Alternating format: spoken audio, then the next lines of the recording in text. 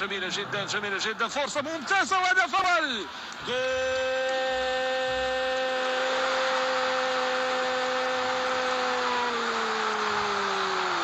أول أهداف الدوري الاحترافي إنوي يأتي من خلال أقدام لاعب فريق شباب المحمدية، ويبدو أننا شاهدنا كرة جيدة داخل منطقة الجزاء، تمريرة جانبية مستغلة وإشاران صلاح الدين يضع الكرة في أهداف بأقدام شباب المحمدية، كرة جانبية ملعوبة بشكل صحيح، دخول داخل منطقة الجزاء، الاختراق ثم التمرير ثم في المرمى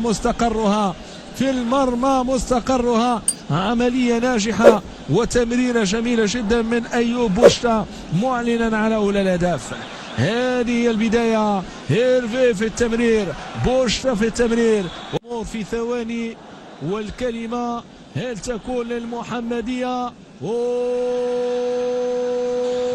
بطريقة جميلة.